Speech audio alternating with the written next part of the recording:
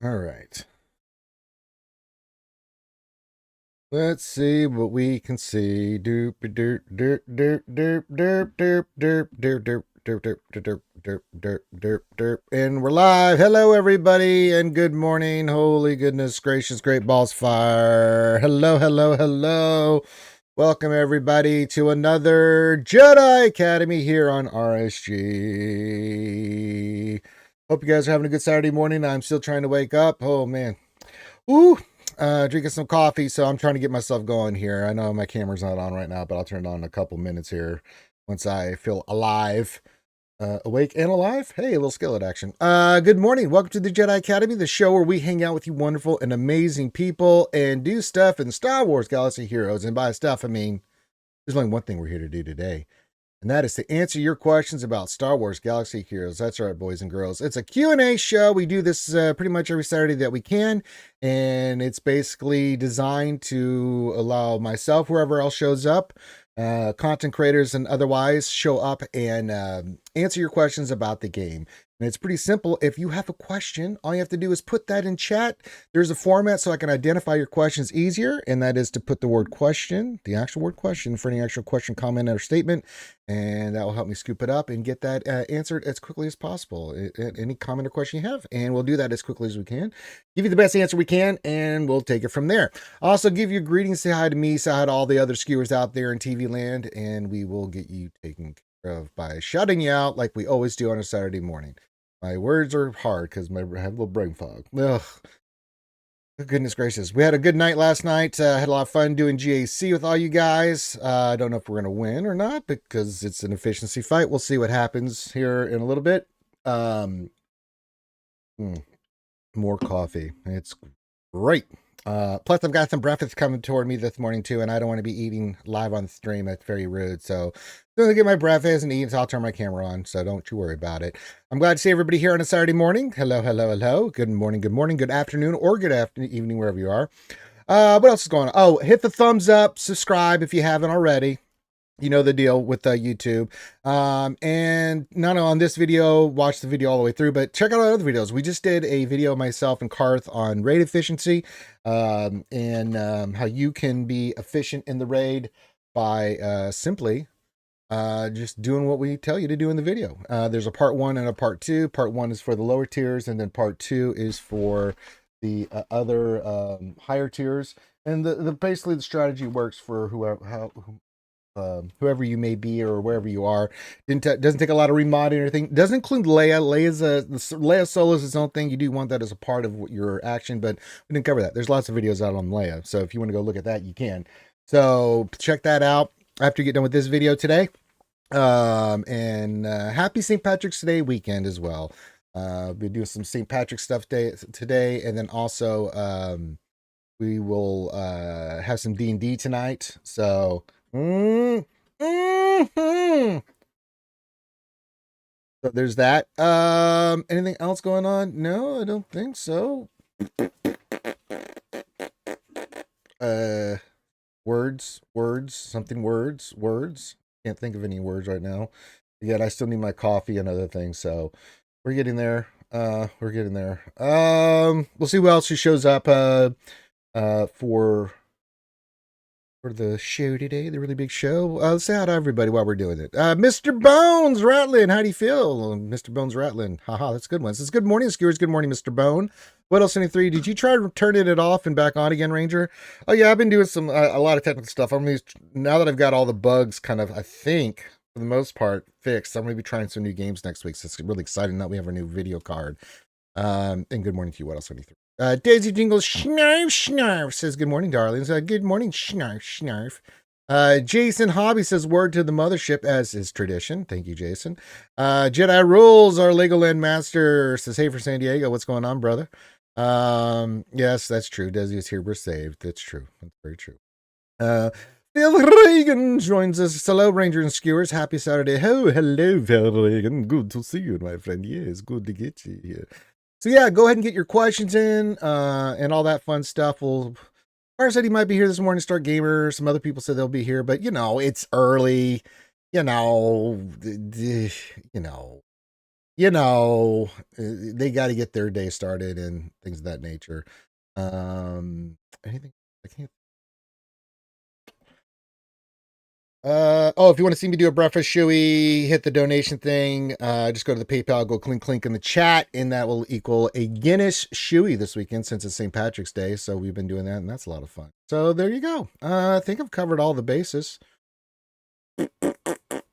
Yeah, I think we're good. Yeah, I think we've done a great job. Way to go, guys. We did a great job, team. We really put it together. Did a great job. All right. I am currently in the game myself looking at something. Oh, I had so many mods. It's mod day. You have the Dooku event and you have the Palpatine event. So make space for your mods, guys, because I started doing it and I'm like, wait a minute, what's happening? Oh my god, I forgot about all the mods. So many bloody mods. Can't keep up with it. You know what I'm saying? So let's see. No, I'm getting ready. I'm getting my breakfast. I haven't eaten yet. You want to see me real quick? I'll turn my camera on real quick. See? There I am. I'll be back. I just got breakfast. I'm not going to eat in front of you guys. I think that's a little rude. I did it before and I was like, Ranger, that's a dick move. You can't be doing that. People even haven't had their breakfast. You don't eat in front of people. So I'm going to eat and then I'll put my camera back on. See? See how that works, Jedi rules? Get some eggs. I've got some eggs that I'm going to eat here. It's going to be delicious. I got to get some hot sauce. So yeah, I'm gonna do that right now while we're talking, so I can get some vitamins and minerals and protein that I need for growing rangers to be functional. That's probably why I'm having word salad. I haven't eaten, and well, I need food. So do this, do that, get a little bit of hot sauce going. Yeah. So I'll turn my camera on here in a minute. Don't worry. You'll see my beautiful face the rest of the show. Getting some food in my gut and coffee in my gut and stuff in my gut. So there you go. But yeah, if you have any questions, this way this works. Just make sure you put the word question for any actual question, comment, or statement about anything this past week. Had a lot to go on this week. Announcement of Queen Amidala. A lot of stuff happened this week, and hope everybody's getting ready for Conquest. Yeah, it's coming.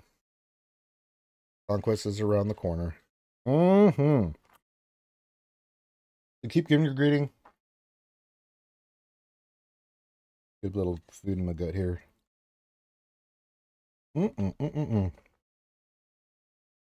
Eating some eggs. Ranger eating eggs. I know, shocking.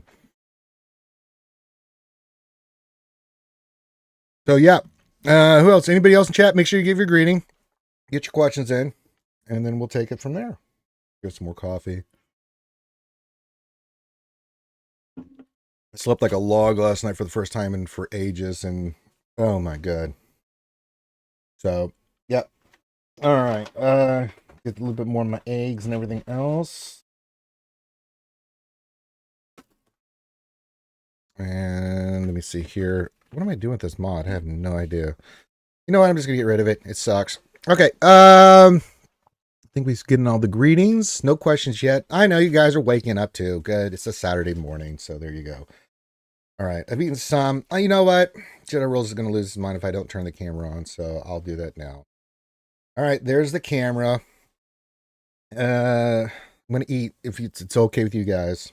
I need sustenance. I need sustenance. I dab my egg bites with tons of hot sauce. Apparently, me eating in front of you guys is okay. According to Jedi Rules, like, I need the camera. I was like, okay.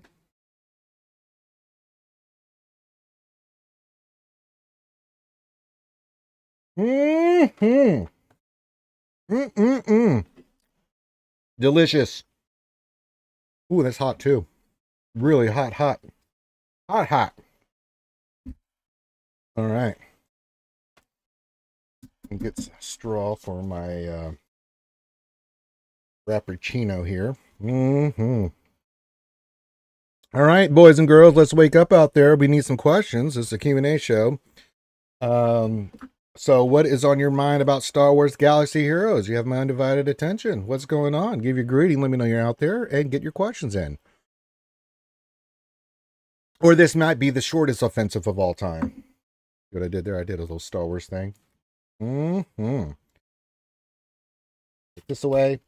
And now we will prepare The second round of egg bites with more hot sauce. I'm gonna go with the Louisiana this time because I put the hot on there. My mouth's on fire. Its mouth is on fire. Uh-huh. All right. All right, it's quiet out there. Too quiet. I can hear the chat out there moving around in the bushes. I can smell them. No, it's anything. We need to know.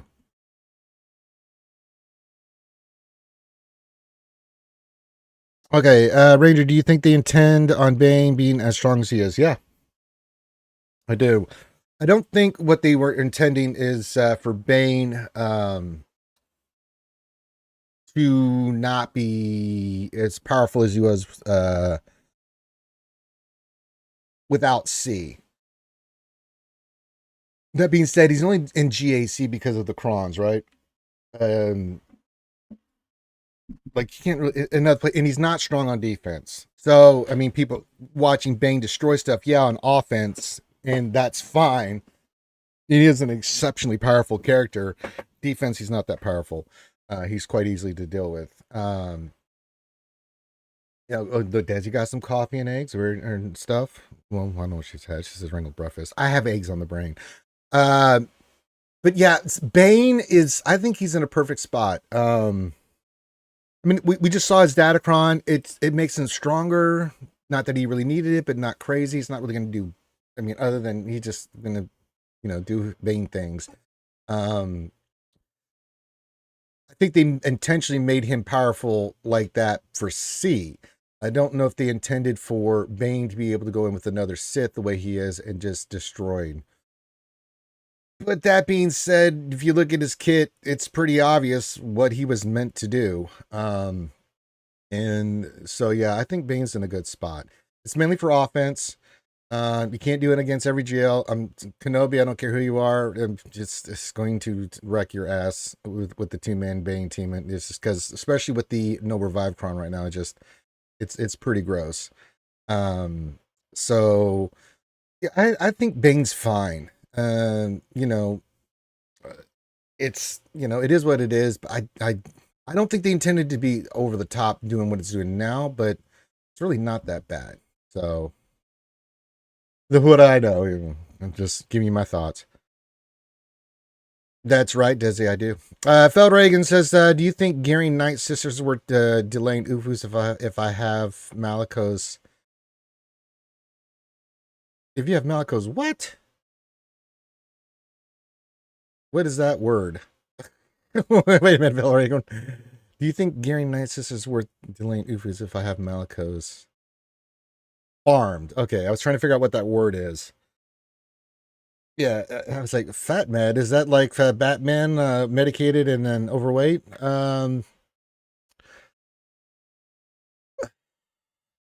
If you have I will say this, depending on where you are with the other UFUs. If they are 7 stars and you just need gear, you definitely want the UFU team. As I've been doing time and time again with them, they destroy. They destroy Ray. They can destroy a lot of stuff on offense, and they're really a pain in the ass to deal with on defense. Don't get me wrong.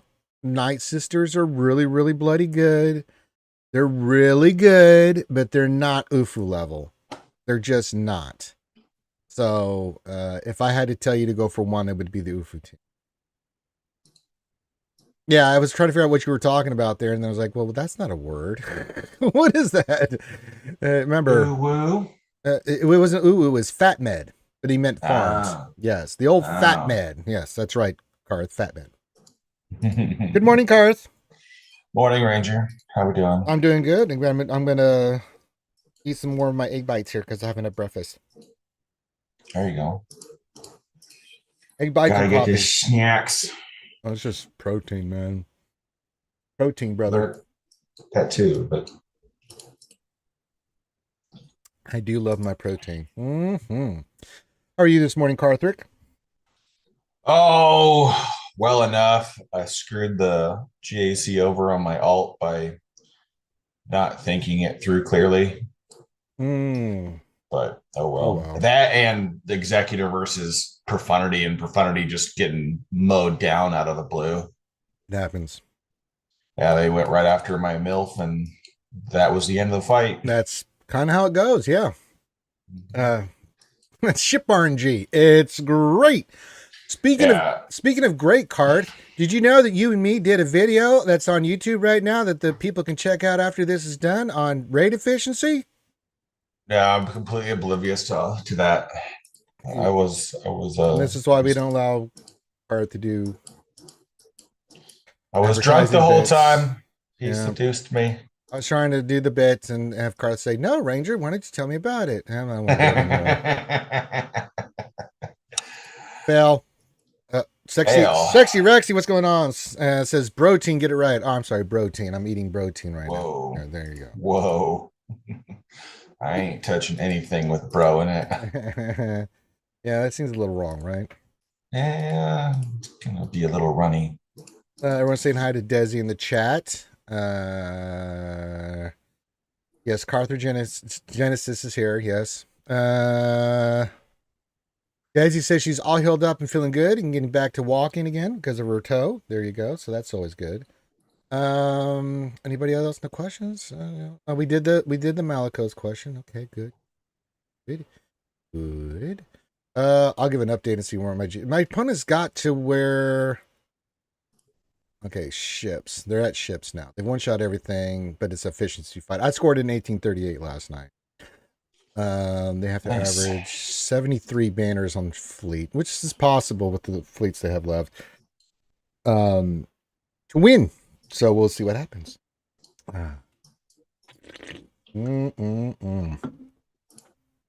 Sexy Rexy with the question says, how much rage is the new Ray Cron going to give us? Asking for RAM, lol. No rage at all. The Ramcron, I don't, not the Ramcron, Jesus Christ. Well, that's the Maze Cron, but yes, continue. Yeah. The Raycron itself, I think, is going to be the runner up. You know, the Holdocron is far more obnoxious. Ray reviving, sure, but I mean, most people are transitioning to using the UFO team against him, and so that prevents revives outright. We still have revive prevention with the Jedi Cron, so JML can go back to dealing with Ray more consistently.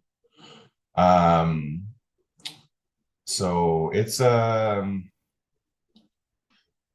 don't think it's gonna be that big of an issue. You just gotta go into combat prepared for the fight. Like you can't just go in and go, oh my god, I put JML and my UFO team on defense. Whatever will I do now? Yeah, if you're thinking Starkill is gonna do something wrong. Yeah, good luck. Yeah. Starkill hasn't done anything for like 2 seasons now. He doesn't have the sustain versus the team anymore. Yeah. But yeah, the Raycron itself will be annoying in threes, but the Holdocron, it'll be annoying, but I don't see it stopping the UFO and or Jedi from doing good work, right? Yeah, it'll take a longer time, and yeah, there's Hellstone stuff on like that, but with the protection that JML could possibly get on this Cron set, he's going to and the fact that you have revive prevention on the Jedi team too, so you can just take JML with revive prevention and then just whack everything. Just go right after Ben and just get him out. Yeah, knock Ray below her threshold and then turn around and one-shot Ben out of there. And then that means you can use your UFO somewhere else. So if you want to use JML against Ray, great. Now you get your UFO team on offense that you can go really nuke the shit out of something else with it. So and JML with the protection and stuff will do good work against Lord Schmader, but not that you really need to. I mean, Bo is still going to do Bo things against Lord Schmader, and we already know what Bane will do against Lord Schmader and other teams too. So you've got two teams there that are not GLs that you can go in with. Like we had 2 or 3 GLs last night. I don't think I used a GL to clean any of that up. I used other teams. I'm like, okay, now the Dr. Africron is going away, which will be sadness, but I mean, fine. A lot of crons will be going away. And then you just use other teams. You'll be fine. Sexy Sexy Rex says we need a Star Killer Cron. Give my boy some love. Maybe in the future, so maybe the next set. It's been a while since that team had. I don't think they've ever had. I don't think Star Killer's ever had one. The team itself has, but he gets so much stuff from those crons with that team stacking and stuff. That would be really gross. Jedi Rules question: when exactly are we getting Master Qui-Gon and Padawan Kenobi? Probably not until the end of April, May. Because it'll start. Because I still think they're going to both be marquees. They're not going to be a legendary. Yeah, they're marquees. We know that. They've already said it. Yeah. Because they said in the road ahead that Padme would be accompanied by 2 GR marquees. So the Gungans are coming first. So we should, in theory, get another Gungan next week. And then we should get one 2 weeks after that. But they may push it back a week. They load enough galactic challenges for 2 weeks when they do the update on Monday, so they might push it back to the first week of Threes.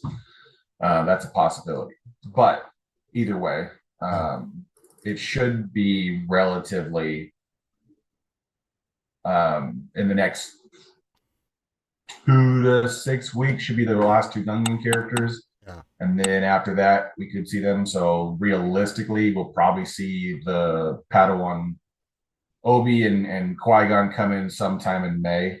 Yeah. And then that would be my guess of things. So there you go, Jedi. What else? 23 questions. Should we be concerned that CG keeps releasing GL killers? The power creep seems to be overwhelming GLs. I don't think it's so much the characters. I mean, yeah, Bo could take out Lord Vader, but it wasn't efficient, right? Bane is Bane, but it's Datacrons, man, on top of that, dude. That's what's making the difference. Not so much for Bane. Bane does what Bane does with regardless, but Bo's Datacron right now is redonkulous. I mean, redonkulous. We just used it last night again and had a lot of fun because it gave me the option. Like there's certain times that teams can take out GLs. Like, right now, Dr. Aphra can easily take out Jabba, right? But that's going away. So that takes a piece off the board. You can still do it, but it's way less efficient. When Bo's Cron goes away, yes, she'll be able to take out Lord Vader, but it's not going to be at the level that it was previously, right? Well, it won't be as clean. That's no, the main it won't be thing. as clean, right? And then Bane will be Bane, but Bane's up in that echelon, right? It's a conquest character. Yeah, it's doing stuff it wasn't intended for, but well, yeah, go ahead. Yeah, the thing with Bane though is that Bane's kit relies so heavily on 2 manning. If they didn't make him as crazy as he was, then everyone will be pissed off that he doesn't do anything. Yeah, like I like this. I like this problem more than the one you just mentioned. Yeah, it's like it's a team you will never see on defense because they can't be set on defense. No. It's a team that, yeah, for the most part, you take C Bane versus something, and you're more than likely gonna take it out. There are a couple things with not having all the Amis or not being modded well enough, and losing to teams like JMK because they get to the leaping before you can get to the ult. Things like that. It does happen. It's not foolproof, but it's going to be like a 99% counter versus the entire board, which I think a lot of players are kind of okay with because it's still only 1.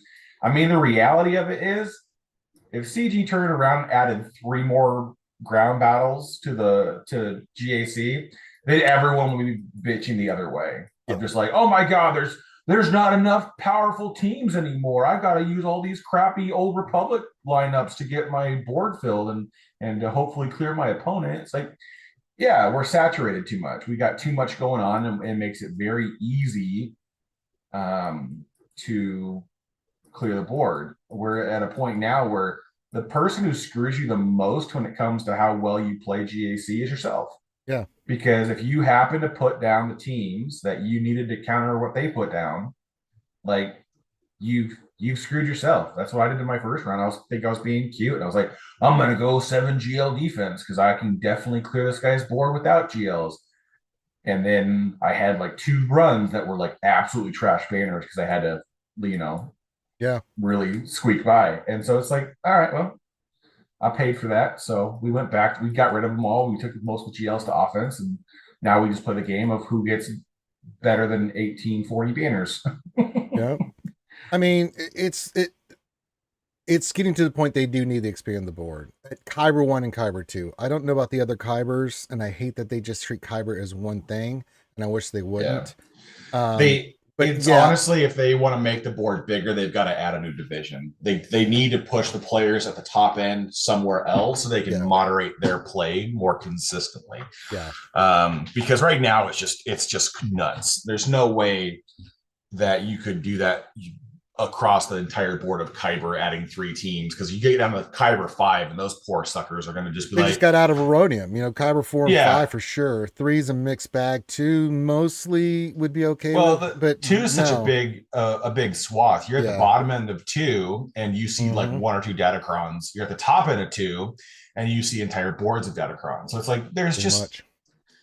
it's too much of a wide swath. What they really need to do is just take like the top 10,000 players and then just push them into the next bracket. And then if you don't like that, you fall out of it. Yeah. But otherwise, I don't know how they regulate it, because datacrons are getting to the point where they were managing the meta well enough, but now so many teams are so powerful out the rip that with or without the datacrons, they still punch up quite significantly. And so now you're stuck in this problem of, well, I I can just kill everything Yeah. and nothing's a threat anymore. So it's like, Mhm. well, let's hopefully move that needle at some point.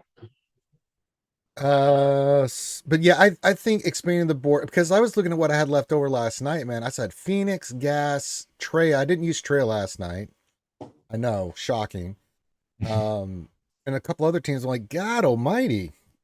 Like I had like 5 or 6 teams just sitting in my inventory. I'm like, I didn't even use these tonight. Holy God! Yeah. You know, Get to the bottom of a board and you still have GLs available. You're like, what is happening? mm-hmm. Oh Like yeah. when you're down to your last 4 teams, you're trying to figure out which GL you're going to want to use where. It's just like, not because you need to counter them, just because you want to know how to like just beat down for efficient banners.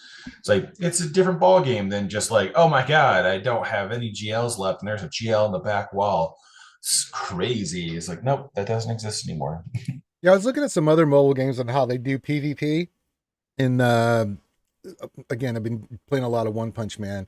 And one thing they do with their stuff is, one, they do a tournament bracket. So how you do for the week in one area is how you get bracketed, and then they do like the World Cup.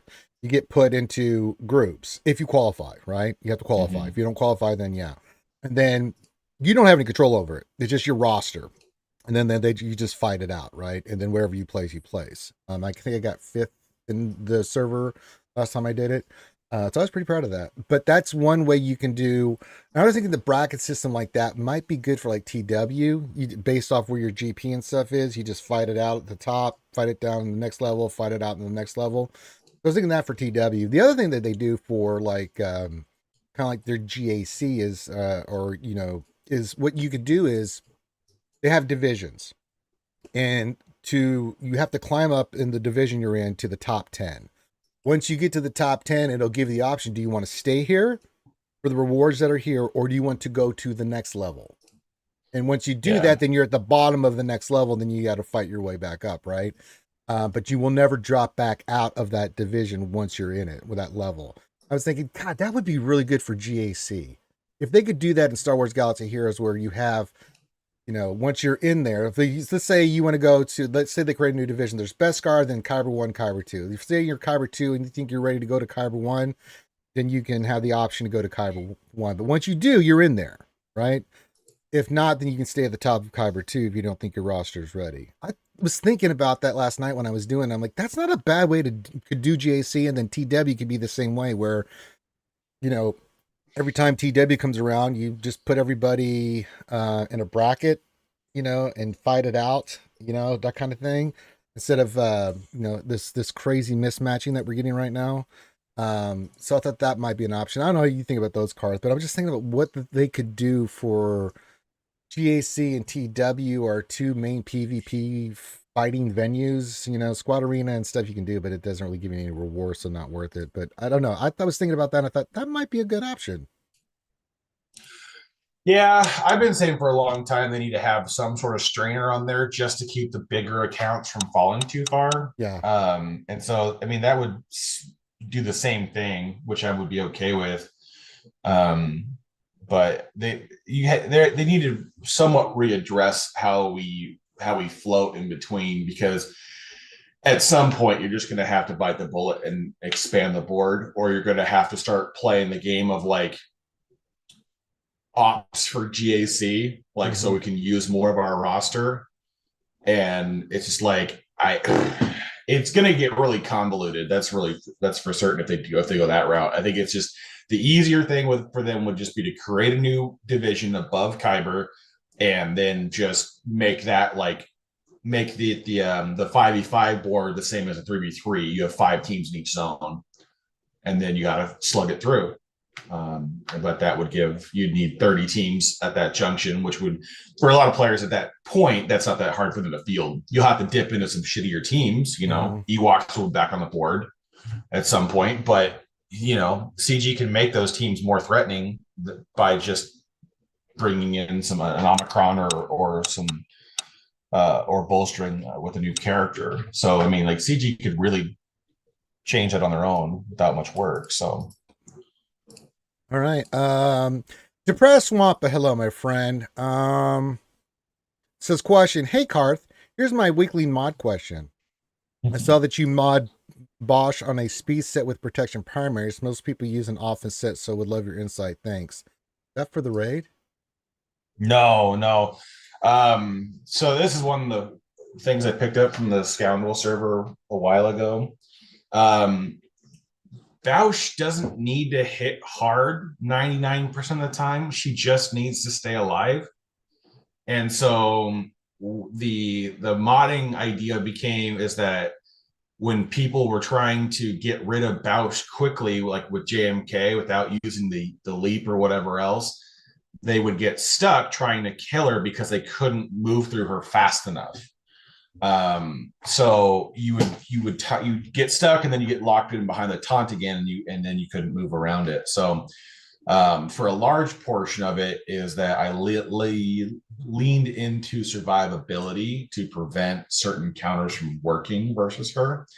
But I mean, it's never going to stop Afra at the moment, so that's not really going to change that. But more or less, that was the route. I still have pretty good offensive secondaries on her. On most of the mod sets, she's still rocking somewhere. What is she rocking? Her special offense is still 12-6. So I mean, yeah, I could get her to 14 or 15K with an offense set and offense primaries, but I'd rather have her be thicker than a Snicker. Yeah, I've still been using the original when we went with the tenacity and stuff. And man, it's I mean, there's just hard I think counters. You're talking about GL with that. Yeah. So more health, but her tenacity is like 200%, right? It's not as fast, but you just can't land shit on her. And that really gets annoying, right? But then I was like, I'm just going to leave it, because with the boss cron and other stuff, I'm like, you know what? Without the Drogon cron, she's just there to try to take banners and be annoying, right? And I've got the Datacron that gives the 90, 75, 50, so it's going to do what it's going to do. I go 2 tanks, and surprisingly, I've had a hold with Leia too. I was like, what? It's like, what did you use? It wasn't Java. But yeah, I mean, you can do that with Leia, but I mean, some hard counters for her out there, and it's like, okay, so I don't know. I really like that tenacity build we did, that really made her. Yeah, on OG, well, not OG, but the GL Leia. Yeah, it worked out quite well for her. And my argument at the time was the same thing: is that if she's designed to be offensive, speed should never matter, because you're going to pick and choose what you fight. So it's like very rarely are you going to come across a team that she can't beat when you play it manually, even if you're a little slower. Like the only time it ever mattered was the mirror match. Yeah. And outside of that, the only reason why people made her really fast is trying to outrun like Kylo or a Slacker in particular, right? So it's like, if you're not going to put her on defense, then put the speed mod somewhere else that's a little bit more conducive for your account. Yeah, Like, yeah, and I don't know, it just got me thinking of the other lay. I was like, no, I think Bosch, I still got her still the same way. I think I've got her. It's like 315 speed, but I think her special damage I got on her is like 14.5. I don't know. But yeah, eh, maybe I need to go speed set. I don't know. I kind of like the hit hard and blow shit up with her. You know, well, that's fine too. Like, it's just a it's like preference. Like, SLKR, right? You know, it's yeah, like you can go you can build speed them set offense. with less offense, or you can go heavy offense with less speed. You know, I mean, it's just how you want to play it. So yeah. Sorry, I was thinking as soon as you said Leia, I just I know it was Bosch, but I just like Leia too, and oh god, modding. We just were talking modding there for Depressed Wampa, so now you got 2-for-1 on the Leia. Hello, Stark Gamer. Hello, Hey, sir. what's up, man? How you guys doing? Well, we're trying to We're wake up doing and drink well. coffee. Yeah, join the club. Yeah, I just had some eggs and some protein. I'm barely awake right now. Mm-hmm. Trust me, we're all there. Yeah, get that coffee, get that medicine in you, because it's like, Caffeine oh god. intake commencing. Yeah, I know, right? How'd your JSC go? Have you done it yet? I haven't done it. I'm actually going to do it here in an hour and a half or so. My first round, I got a win, but it's kind of like it's kind of not really satisfying because I only got the win because they didn't really attack. It's like they dropped 2 battles and they gave up type thing. Yeah. But I'm fine with that. I'm still trying to get back into Kyber 1 securely because I keep getting pushed down with the squish every time. Yeah, there's a little bit of a Yeah, squishing going on. Yeah. That's a hard one to hurdle on that. I took a few months off about a year ago, and it's like it's just really sucked, like trying to climb back up. Yeah, I had to do Yeah. that when I got back from MegaCon because I went 0-3, dropped me into Kyber 2, the very top, but I had to Yeah. win more than I lost so I could stay consistently in Kyber 1. So Right.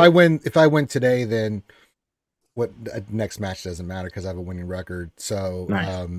I'll be 3,700. So it's a lot of work because you have to win more than you lose. You have to at least Right. go 5-4 consistently for about 4 row in a row in GC to overcome that squish that they put on. So it's like, okay. Right.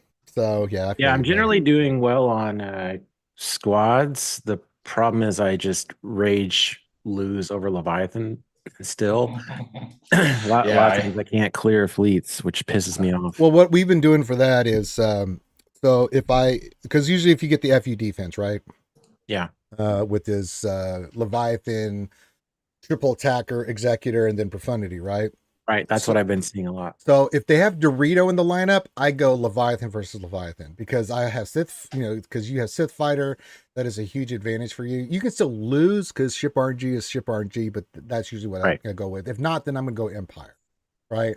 On Yeah. that. And then we've been doing What are you putting on defense? Just negotiator malevolence resistance or no, utter not resist. trash. No, we've been putting executor, triple attacker, the negotiator with marauder, and then malevolence. Yeah, because of yeah. So it's you can clear it depending on what ships they have, but it's going to take those ships. You don't have the right fleet, and you don't go in with the right fleet and get some bad RNG. Will take banners. right. So, but yeah, for Leviathan, I do that. And then triple attacker will do profundity and just pray. There's nothing you can do about it. It's just the way it Right. is. And then malevolence, or so you can use empire and do good work. So we did it last night. We used empire versus Leviathan, took it out. Then I did Leviathan on the executor, took it out. And then we had profundity versus negotiator because they had negotiator. That makes sense. That's that's what I've been debating if I want to do that. I took my Sith Assassin up to Relic 8. I'm like, well, maybe I'll get a hold and then I'll just win still if they get stuck. But for whatever reason, the opponents I've had that actually do a full run where they actually, attack and keep attacking, even though they drop some, Yeah.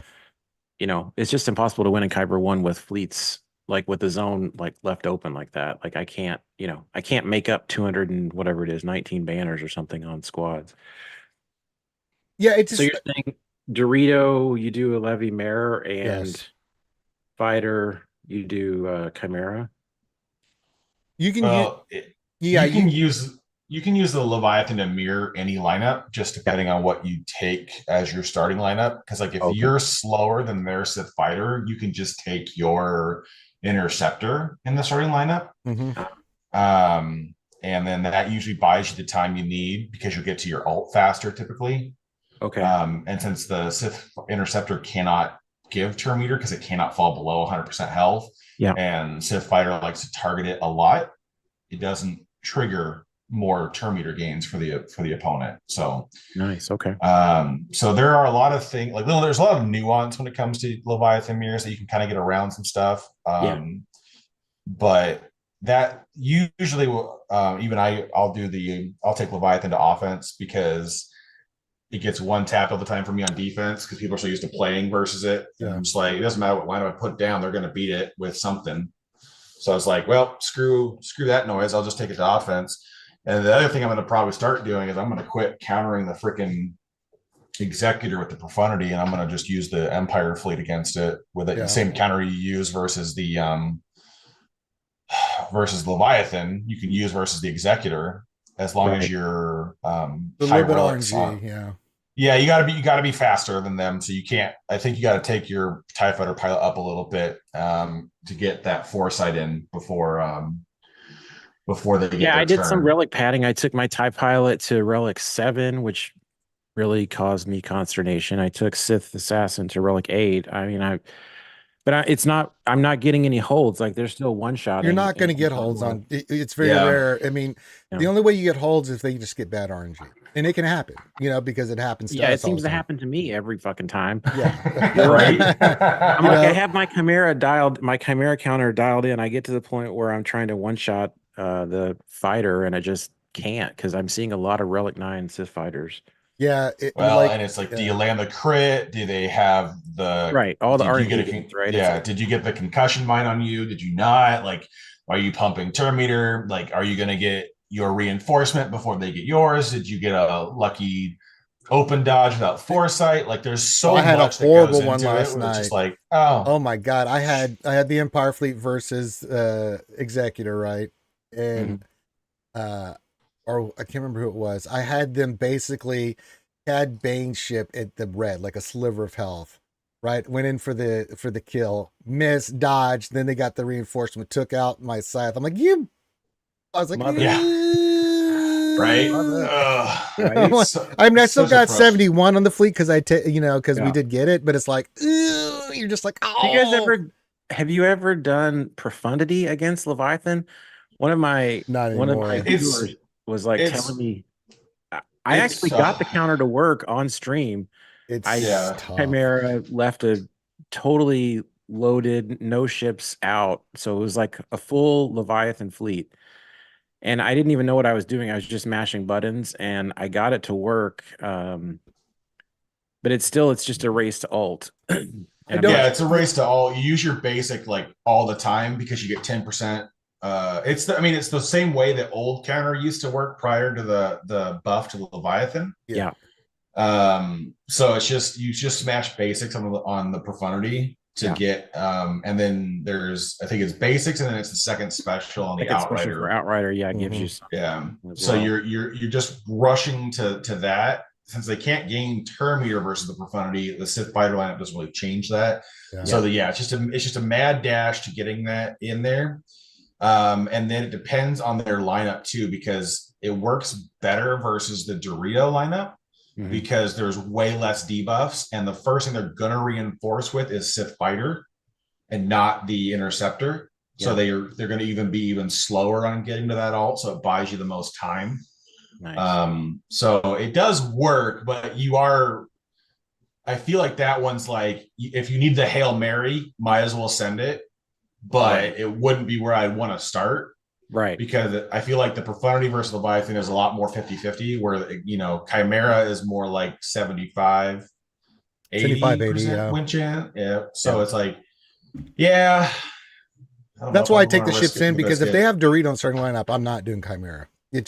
Most times that percentage drops down because of the way it's set up.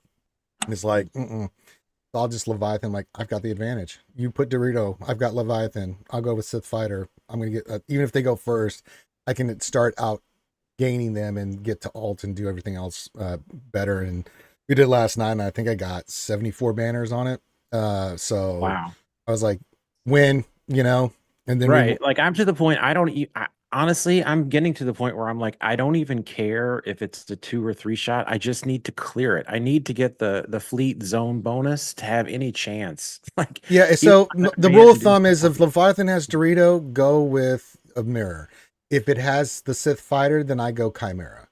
got it. And then that leaves me Leviathan for either profundity or executor counter, which is a Yeah, pretty hard counter. moving my Leviathan to or saving it for offense, I think is the big That's the paradigm shift. big save. Yeah. So, I mean, fleets are still going to be fleets. You can still get bad RNG, but I've Right. having much higher success rate doing that because Chimera can take out a lot of stuff, and so can Profundity on offense. So I've got a lot of flexibility on like which fleet I take against what, depending. Even if they go full, like we had full FU defense last night. It's like okay, Right.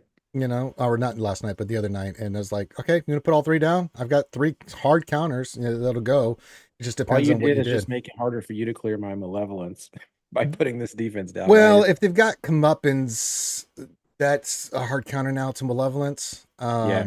But again, even with these other fleets, you're going to lose some banners. Yeah, right. Malevolence in particular is going to strip banners, right? But and Marauder, adding Marauder to Negotiator definitely is, I mean, that's not a cakewalk fleet necessarily. If you No. have it, Well, if you know what you're doing, because again, it's just ship RNG. It just happens where, you know, it's as Carr said, if you didn't get the crit or you didn't get the call and assist or you didn't get this, and then you're just sitting there going, oh, for God's sakes, here we go again, And on defense, it just seems like they're really amped up for that crap. Really annoying, so yes. yeah. Why so serious? Says hello there. Forgot about daylight savings. Savings happens in 2 weeks in Europe. Just to make it easy. I don't know. I don't know Europe. No. For those across the pond. Yeah, we don't know across the pond here about daylight savings. I don't know how they work that shit. All I know is they just need to get rid of this crap and just leave the time where it is now, and let's not have daylight savings time anymore. All right, let's just get rid of it. God damn it. Right. Party pooper. I know. Why not? Says I will be unlocking Jedi Cal Kestis. How should he be modded? He should hit really hard. What did we do with ours? Give me a second here. I have to. Come here, Jedi Cal Kestis. How do I have him modded? There he is. I've got a speed set, potency set with no offense primaries. No. What did I do here? Hold on. I'm pulling it up now. Hey, I went speed set with potency. You want his stuff hitting. So I know a lot of potency. I think I've got a potency mod with potency on it. Let me look at it. Yeah. So potency. So that 30% potency, and then potency in the secondaries of the other mods. But fast, want him taking turns, getting off as quickly as you can.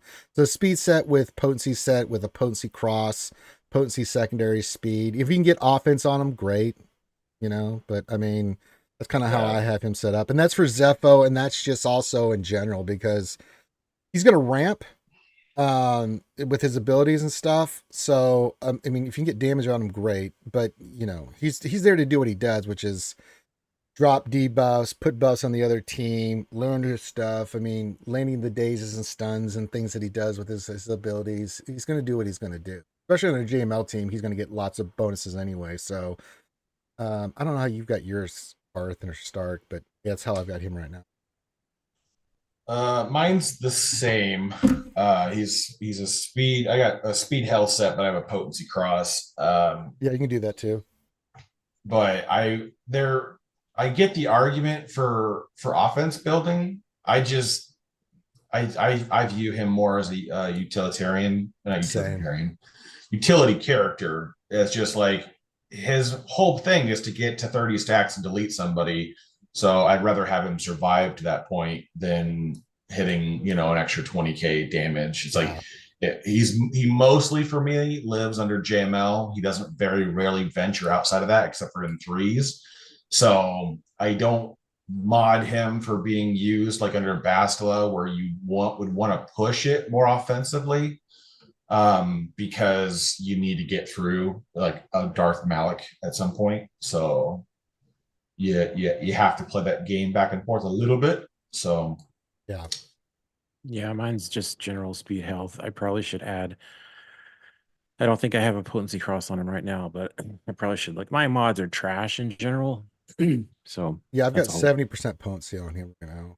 So he's at Oh, wow. 93.5. I like him landing stuff, man. It comes in handy, just saying. Yeah. And under JML, man, because that true damage, that shot he does at his basic starts one-shotting. Because he'll ramp up. But if you're ramping him up with that and on top of him landing all this crap, it's nice. It's really nice. It's super cool.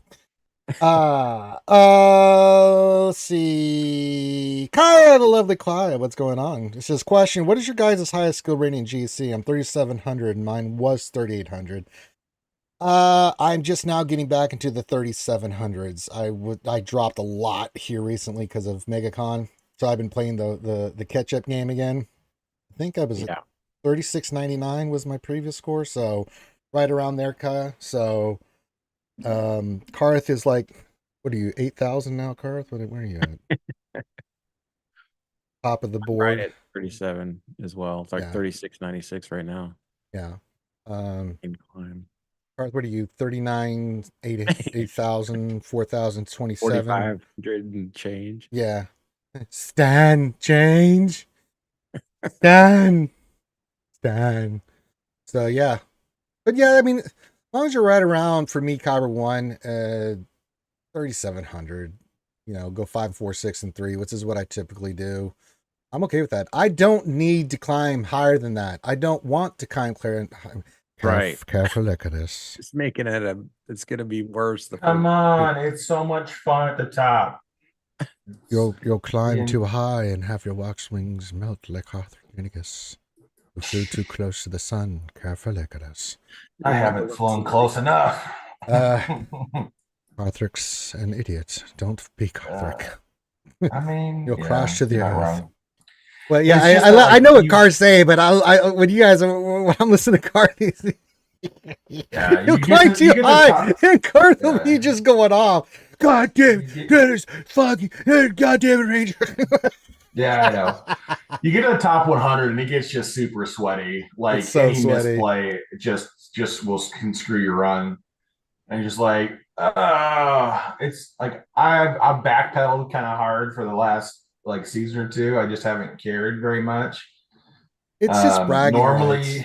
Normally I would stay in the top 100 with ease, but this last, like, I think season of 3s, I was like 3 and 6, and then I've been doing reasonably well in this season of 5s, but I mean, it's like, I think it's been 2 and 1 every week, so I'm not gaining a ton of points. So it's like I'm not trying super hard to get back to the top, but I think I've been in the top 8 a few times, so it's whatever the being in the rating top, was man. time. I did not like it, man. It was ugly. Holy God. Back in the day, I mean, I climbed up and I was like, never again. For me, I mean, I still get the same rewards as Karth, other than the final crystal deviate, but it's like, what, 100, 200 more crystals, 400 crystals, right? I'm like, as long as I stay in the bottom of Kyber 1, have a winning record, stay right around there, I don't care. I get 260 crystals a week, so does Karth, or day, for our daily stuff. We'll get a little bit more crystals and rewards at the end of GAC, but I'm like, Well, what the reality is like you're still gonna stay, like once you get up there and you're still going 2 and 1, just to stay like in wherever you're kind of locked in at, you're not going to have a big difference versus somebody in crystal income versus somebody who's towards the bottom of Kyber 1 who's going like 5 and 4, because you're going to have the 1 round difference, which is 700 crystals, and then they might lose a little bit on the 1 week they go 1 and 2 or whatever they end up doing, and that's it. it's not going to be that big of a difference. So it's like it's just if you want to be a sweaty try hard and you Yep. want to be really dedicated to Datacron farming, then go be on the top of Kyber 1. Yeah, I mean, I'll work on Otherwise, Datacrons. You have go to, but I'm suffer. not going. Yeah, I'm not Right. going that hard. You know, I mean, no. And I don't really scout that much because it's like I have a plan. I have the teams. And I'm like, I always Yeah, when I do I GAC, quit it's doing like, that forever ago. yeah, it's like because it's like I don't. You never know what your opponent's going to put. They can always change it up. And if you're going to be that Right. sweaty, sure, go ahead. But I know what I have for offense. It has nothing to do with what you do on defense. It's just a matter of, it really comes down to, like, for this round of GAC, execution, what happens, right? So one, I mean, the three losses I've had, one was a tie against a much bigger count. You can't do anything about it, right? I scored 1833. What are you going to do, right? Right. The other two, one was another close one that I lost for efficiency, and then the other one was here recently. I one shot the board, got to the back wall. For some reason, the first time this has happened ever, I went in with Dr. Afro versus Saw and got manhandled. And I'm like, okay, I still have 2 GLs left. I actually had JML and SRKR, but I had turn meter on Saw. Let's just say I didn't win. And so it's just one of those things where you're like, it's like, oh God, you know, it's like, oh God. So it happens where you just get that weird fight. Because I just did the same fight last night. Dr. Afro versus Saul got 65. I'm like, Yeah. why wasn't this the other fight? I would have won. You know, it's like, ah! It's like, no, ah! God, no.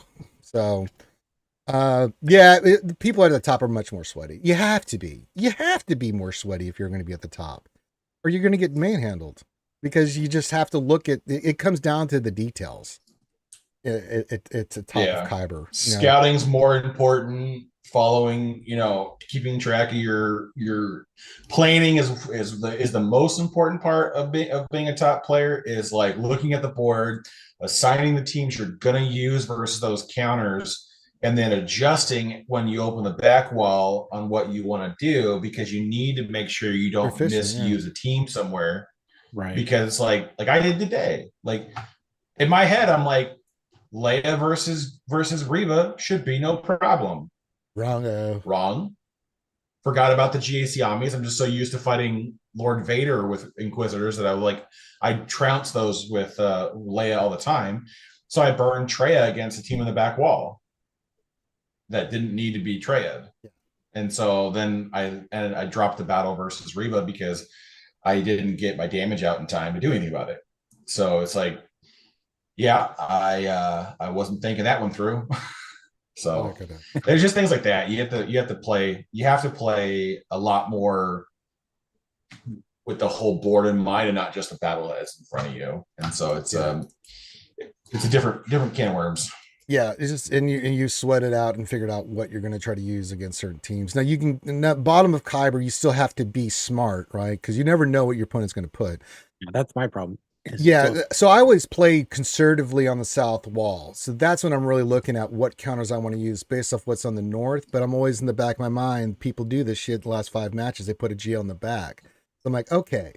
So I will use hard counters, but I'm trying to save anything I think they might have in the back. You know, I'm thinking, is there going to be a job in the back or Lord Vader or Bosch, or not Bosch, General Leia. So I've got 1 or 2 of my counters sitting there. I'm not going to use on the front south wall. And I can kind of get a sense of that by what they place. Because I think last time I put Star Killer and the Ufus and Ray and one other team. Like, you trying to make me use some GLs here, aren't you? So I intentionally saved Bo because I'm like, there's a Lord Vader or something in the back. I was waiting for it. I was like, and I kept Darth Bane. That's why I used Darth Bane. I'm like, I can use Darth Bane to clear this team and save Bo in case there's something nonsense in the back. If they put Bosch, I've got Jabba. If they put Vader, I've got Bo who will handle it. So it's a chessboard, but nothing like Kyber 1, man. You are sweating, dude, because you have no idea, and you're just like, oh God, So you try to look at tendencies, but the good players will switch things up on you, and you're like, yes, indeed. All right, top of the hour. Make sure you hit the thumbs up, subscribe, get your questions in. Make sure you put the word question in front of your actual question statement. If you want to see me do a breakfast shoe and help me with my charity stuff, just hit the link. It's in the stream elements alerts. It's been in there. I will be doing Guinness shoeies today. If you really want me to do Foster's, I will, but it's St. Patrick's weekend, so yes. And then outside of that, once you get done with this, if you need some help with the raid to be efficient, go check out our video. We have a part 1 and a part 2, Karth, and we really show that you don't need a remod other than Leia. Leia is a whole separate thing. Leave Leia out of this. Don't bring Leia into this discussion.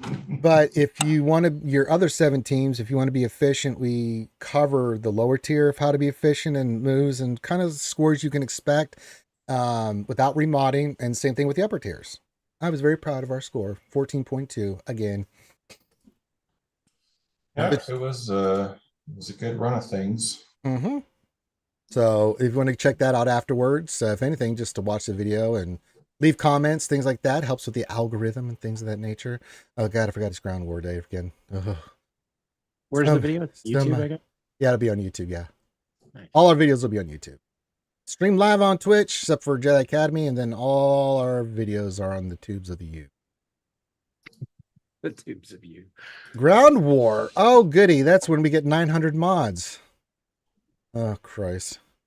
All right, Kaya question. An interesting team that gave me problems last year, you see, was SWGOH, Starkiller, Old Ben, Second Sister, and Visas. Have you guys seen this team? Seen it. We had it on defense for a long time. Not so much anymore. I'm trying to think. What is the counter to that, Karth? It's a few, right? Yeah, there are a few. You just need to wait. Like you could use Gidme on that for a lot of it, depending how Savage was modded, because there was so much health. But it's last season of 5s. They had that stupid Ufu Datacron. Yeah. So Visas could revive everybody. So you could get away with some really dumb team comps because you had the ability to have Visa sit outside of the standard Starkiller team and be an annoying. Oh yeah. So I've seen it. I've seen lots of iterations of Starkiller with other lineups. It's just Datacrons will carry that pretty hard. It'll be interesting to see what people come up with on this next set, because even though the Sith is an interesting set for this one, it's pretty like narrowly defined as to who it's going to be benefiting. And so it's like, I think most of the Sith teams and Darkseid teams in general are still going to want the current set 13, because the doubt is just more powerful for them. Yeah.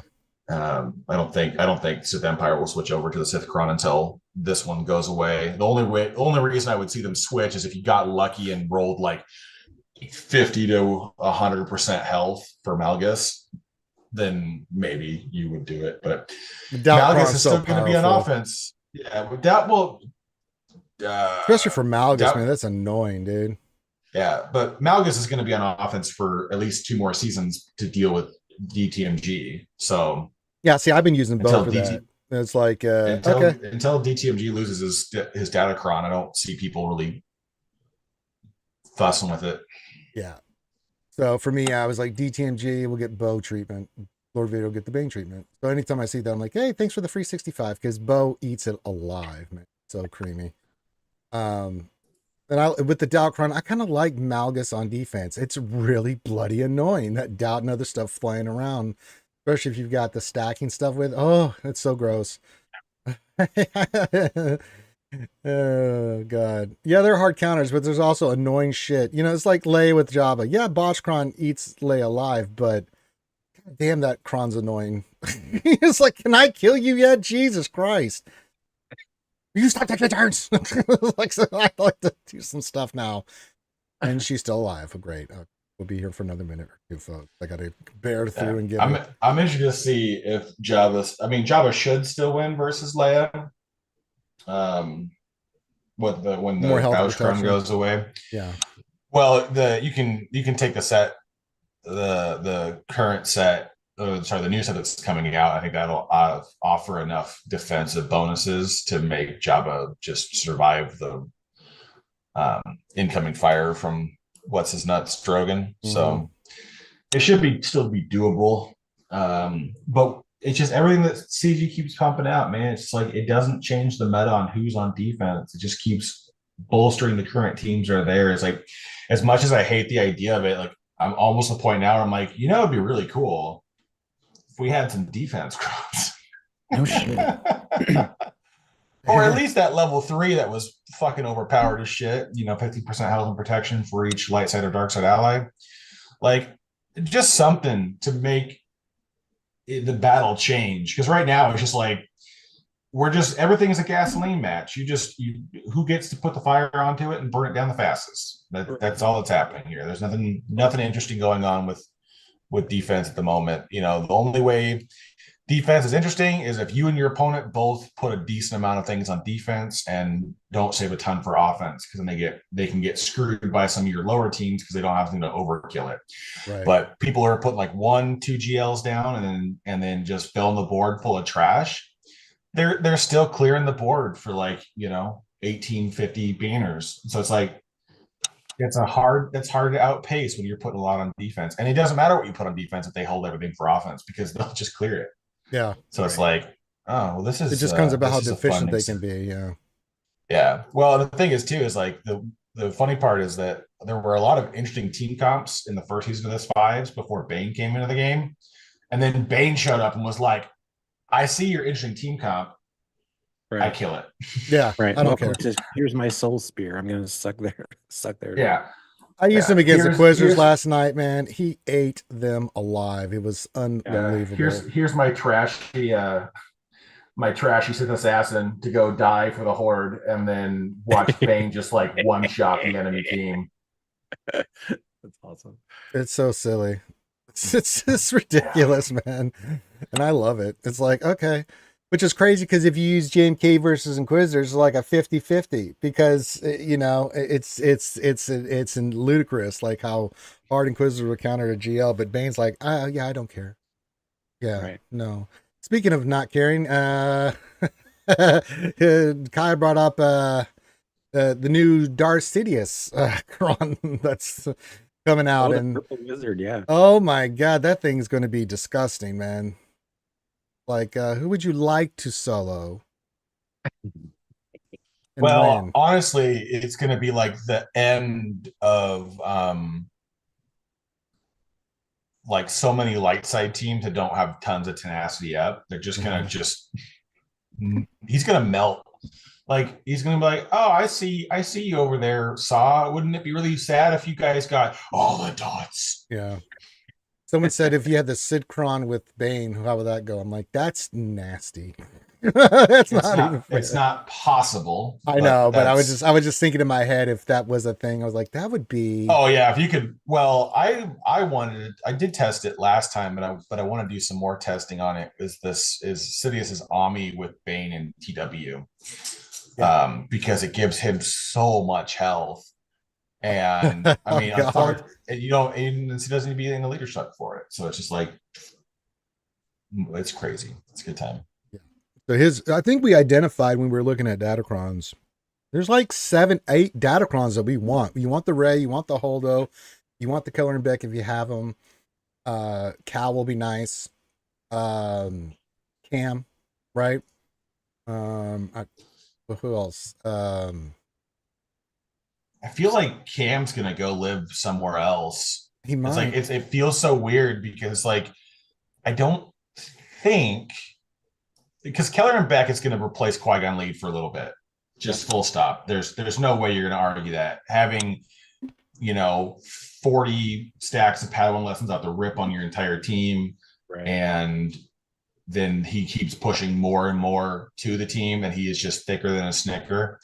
Like, I don't see him being second fiddle to a Qui-Gon team. Yeah. But with that being said, there is still I don't think you're gonna have so much damage. I don't think you need to have Cam with him. It's like I'm kind of curious as to what new Jedi teams I can build. The problem is just you run out of good leaders very quickly. Yeah. So it's like I don't quite know how I'm going to make that one work. Yeah, it's going to be interesting to see what we come up with. Because Maybe we you got need threes first, and that throws everything off because it's like I was telling everybody, don't go for the holocron first, go for the Raycron because it's threes. They'll give you plenty of time to go back in and get the holocron, but if you can get the Raycron first, that'll be nasty in threes. Holy God. Yeah, what do you think the price? So, like, if you were going to get, let's say, top three, what do you think? Ray, Sidious, and Beck, Kellern, I Yeah, I guess. think so. If you have him, If you yeah, have them, it and depends. Yeah, it's going to be because you dictated got to on have him fate. at R5 to activate the Kron anyways. So Yeah. those would be the top three I would work on. Well, I would do holdover Ray, but that's If I you think get even Ray in or threes, Hold, I mean, yeah, they're both going to be good. yeah. But in threes, Well, that Raycron in threes is going to be really obnoxious. Yeah. Well, I think the holocron is still going to be more powerful in threes than Ray, but we'll have to see what the testing comes back as. But yeah, definitely you would need the one for the resistance. You would need the Sidious Cron because I mean almost everybody has Sidious at R7 Right. because of C. Yeah. Right. And then Kelleran, if you got it, is a really solid one. The separatist ones, they're fine. I mean, there's the trench one's a trench one, they're but it's still all hard good. counter. Yeah. Yeah, the trench one's very strong. We know that from the last time we had it. But they also basically handcrafted the other two teams. Like there is a very specific one for General Grievous with Step, and there's a very specific one for the Geonosians. And so it's like, so you kind of get all those. You can kind of just prescriptively do those ones. Sith, otherwise, like Bane doesn't really need his it. Datacron.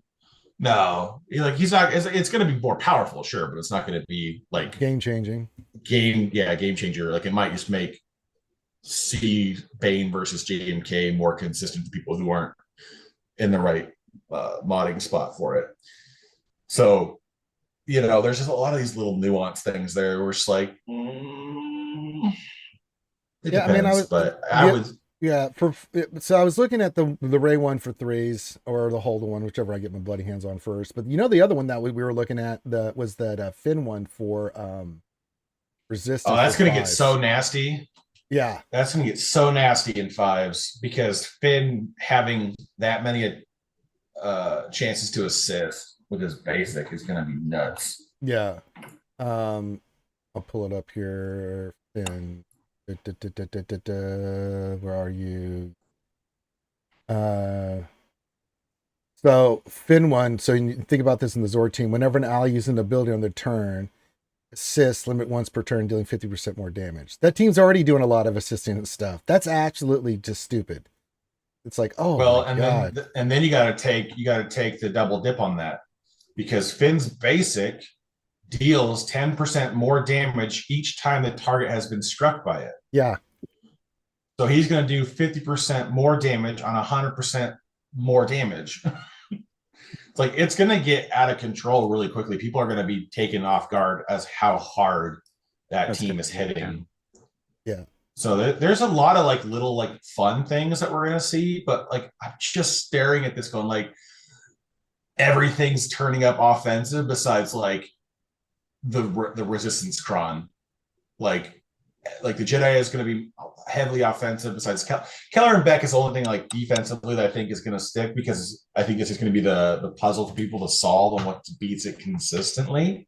I'm just going to go jail or something. Like I'm not fucking around. Well, there's already footage of Keller in Squad Arena just trouncing over a Leia team. Yeah. Wow. Yeah, it's kind of nuts. I think it would be a little different if they didn't have the toxic Leia team because I think you would change a little bit on. Well, yeah, two tanks would change plays. that. Yeah, because they can't get to Drogon or R2. Yeah, and if those two start doing stuff, man, they're gonna start nuking, dude. But we'll figure it out. We always do. Yeah, it's just like honestly, I'm well, and then I hope by the time I hope by the time Kron comes back, CG fixes Keller and Beck because right now, unless you have an instant defeat, you cannot kill him if he's in the leadership position. Right. In GAC. Kaya says, when do you think the next Gungan's coming? Next week? Let's see. Next week. Yeah. Next week is likely, but they may did load delay. enough galactic challenges for 2 weeks, so it might be delayed a little bit. I don't know why they want to do that. Yeah. But I mean, they're not going super, super hard at the moment for, I mean, we've still got the, Tarple just ended, right? So it'll be a week after he ended. And they should bring him back like they did with Boss for those that didn't get him the first time. Do you think I'm just thinking in my head. Yeah, go ahead, Stark. I was just gonna say, do you think if they add a third one, will that squad be viable with the shield generator, whatever, in 3v3 GAC or no? Like if someone so for right now, if you're doing like anti-droid or anti-separatist stuff, you can 2-man with once they get to relics, you can 2-man boss Tarples versus like GG separatists. Oh wow. Okay. Well, they stun everybody and just start beating the shit out of them. It's ridiculous. Yeah. Boss does a surprising amount of AoE damage. So he just starts to just melt the opposing team, and then they're just TM suppressing them into the floor. So I was kind of hoping we'd get the tank before 3 started, just so that we could kind of have a team to run with. That's why I was But it appears right now that they plan on just releasing it in the order which they stated on the road ahead. Yeah.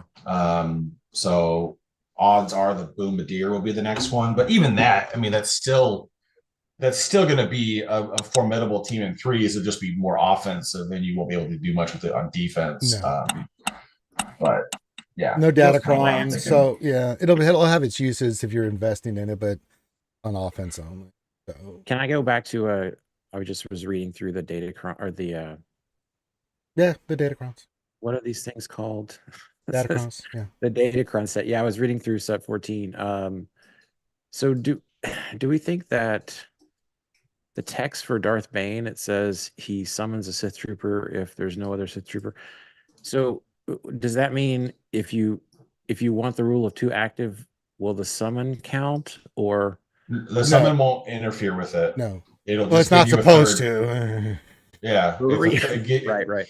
So to get the rule of 2, you would want to still bring like your Sith assassin or something with them, and then this. Yeah. Well, yeah, because the unique checks at the start of the battle and the Datacron summons the Sith Trooper at the beginning of Bane's first turn. Got it. So there's 2 separate. That's why they worded it the way they did. I see. Okay, cool. So yeah. So the rule of 2 activates at the beginning of the battle, and then the Datacron summons Sith Trooper at the beginning of Bane's first turn. Mm-hmm. Got it. So which is still going to be the same time frame, but for mechanics, it's it's like for those who play Magic the Gathering, it's the difference between the upkeep phase and your first main phase. Yep. So it's like it's just a little thing in between that separates everything from everything else, and then you move on to the next phase. Nice. There you go. So it shouldn't, but then again, we've had bugs before, right. So I should have started my question with: is it intended to behave this? Yes, that's a good way of putting it. Poorly worded question. Sorry. Yeah. I was thinking logically. Short answer: nobody knows. Nobody has a goddamn clue. Damn it. Your guess is as good as ours. All right. Hit the thumbs up, subscribe, do all that fun stuff. If you have any questions, make sure you put those in the chat. Make sure you put the word question in front of your actual question, comment, or statement. We're here for a little while longer for you guys. And then we'll have a break. We'll have some D&D tonight. I hope everyone's going to have a good St. Patrick's Day weekend. Anybody that are celebrating that. Eat corned beef and hash and drink your Guinness and good whiskey and all that other good stuff.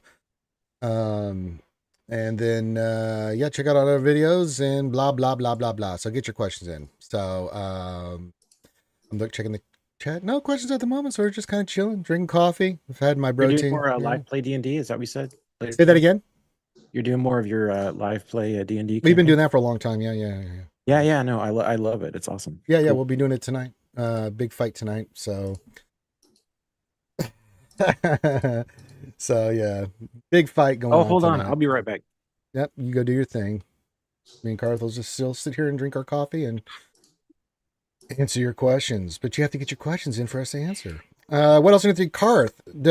Do you notice a significant difference between Relic 8, Beyonce Cal, and Relic 9? Oh man, the answer is no. Hmm. Like it's not that big of a difference. I did it for fanboying sake. Not that the character needs to be there at all. The additional survivability isn't bad.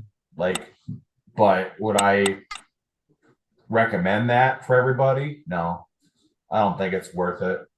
I think you're better off putting R9s on your tanks, your GLs, What your was the capital question? ship pilots. Taking Oh, good. Cal I to noticed a 9. difference. Yeah, a difference between R8 Cal, Kestis, and R9. Got it. I like how you spelled Beyonce Cal Yeah. versus just saying the abbreviation. Mm-hmm. JKJC. JKJC.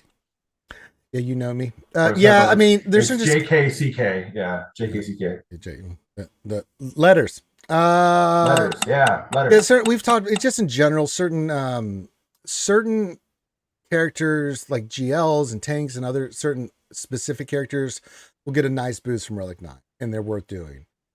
A lot of your offense ones just don't. I'm trying to think of one that maybe they're few and far between.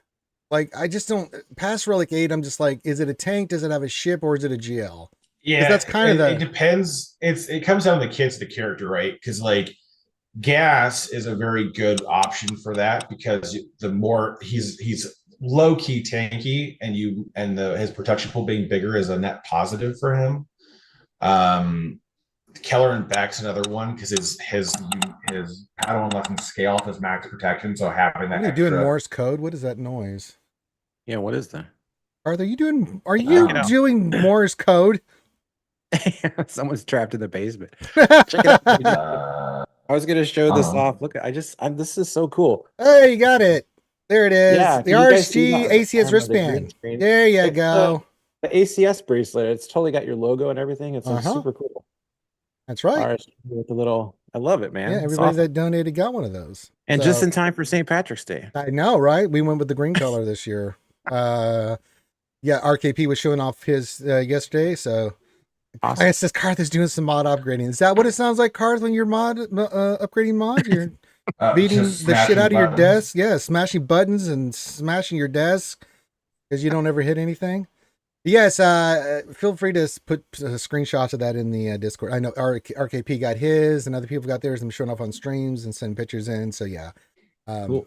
After every campaign, we send that stuff out, and you guys helped with the campaign, and we very much appreciate it. Speaking of which, February 6th to the 9th next year, MegaCon, we're doing it.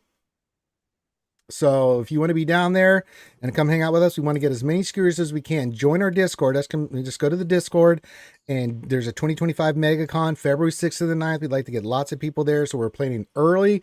There's our wrap up for the 2024 campaign for what we're going to do for ACS. So please, if you'd like to come down there and join us for that and pictures and everything, a lot of hanging out and having fun, then please get with us. Start saving now, start booking, start doing all that stuff, because we really want to get that up and running next year. Also, if you'd like to help, I'm going to be got with a recent shop open. It's Nerd Haven. It's the figures and comic books. It's a Nerdvana store, and it recently opened. And I was talking with the guy, Sasquatch Toys and Comics here in Homewood. And he's looking to do some parades and some other stuff and advertising. And so I'm busting my ass now on the costume again because I may be doing some stuff with him. He's going to be pretty cool. So if you'd like to help with the costume on that, we can pimp the ACS and RSG and all that stuff with that, then just go to the PayPal, put a donation in. I'll drink a breakfast shoey of Guinness here on St. Patrick's Day. And that's what I'm using it for. I got to get the two I'm gonna get the whistling birds, and I'm gonna get the digital display, and I'm gonna get the Beskar spear. I'm not gonna walk around with that damn thing. It's gonna go in the jetpack, and that's just the way it is. So yes, and then yeah, a little bit of paint, and I'm already doing just the painting. The way it is. Some things will never change. Oh, buddy, Are you? Oh, he's. Oh, my mom's friend must be here. Yeah, Buddy's happy. Yep, that must be Aunt JoJo. She's here. Yeah, there's Buddy marking it up. He's happy. He's a happy boy. He's going to get lots of pets. Caius's question: Do we know what Star Wars show is next after Bad Batch season 3? I want to say the Acolyte's the next one on the docket. I think so. It's supposed to come out this year. I want to say it's supposed to be summer of this year, something like that. Yeah, and it isn't like fall, winter, Andor season 2. No, I don't think Andor's coming out till 2025 now. You never know. Yeah, I don't have enough inclination. Yeah, we just work here. We don't know. I like to be pleasantly surprised by what shows up. Otherwise, it's just like I hype it up too much and then I don't enjoy it. So it's just like, although Bad Batch has been fire, man. I've been really enjoying Bad Batch. No filler, just straight story. It's been pretty damn good. I'm really enjoying all Bad killer, Batch. no filler. Yeah, it's pretty much what it is, man. It is dark. And I'm loving it, man. It's straight up dark. I mean, there was a great scene. I'm not spoiling anything in this last episode. I was like, aha, that's how you snuck that one in. All right, very good. Oh, man. You know what? If you saw the last end of that last episode, you know what I'm talking about. I'm like, oh, you. I wonder what happened to you.